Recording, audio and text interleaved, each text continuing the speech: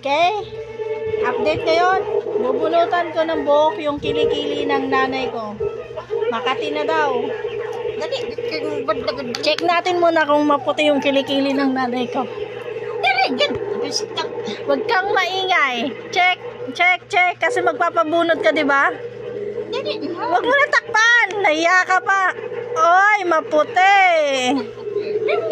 Mas maputi pa yung kilikili niya kaysa sa kilikili ko. Ayaw, tanggalin mo na.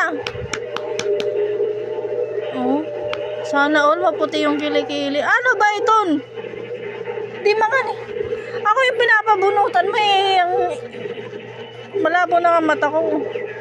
Bunutin ng mga iba. Pangit naman ito ng tiyan eh. 3 bunot lang daw. 1. 2. 3. Bakit ang baliko na yung tiyan mo? Balik ko yan at ang sige pa. May sugat ata eh. Hindi lang ata, may sugat talaga.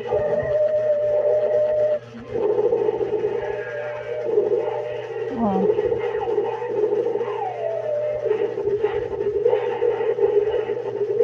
Wala naman palang masyadong buko yung kilikili mo tapos nagpapaano ka. Maputi naman pala kilikili mo. Ang ganda ng kilikili mo ngayon, nanay. Tingnan mo sa tawas. Tawas na pinano ko sa online. Maganda nga diba guys? Tingnan mo. Ang ganda ng kilikili niya kaysa sa kilikili ko. Yung kilikili ko kasi may rashes dahil sa gore.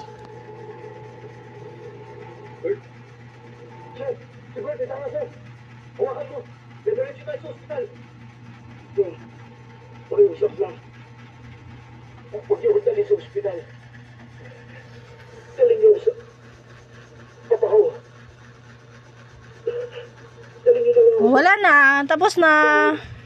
Dahil konti lang yung buhok ng ano ng nanay ko. Wala na.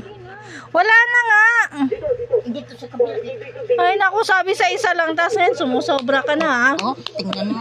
Half din na. Sa kakakamot ko. Hindi ko makita eh. Yan. Dabunutan lang yan, ma.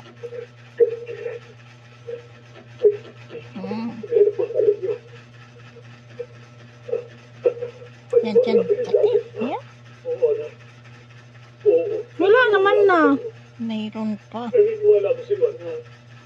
Wala na nga. Puro sugat ano. Ay, tapos na. Bilis naman. Sisiw lang pala. Yun guys. Yun lang po. Bye-bye. Okay na to.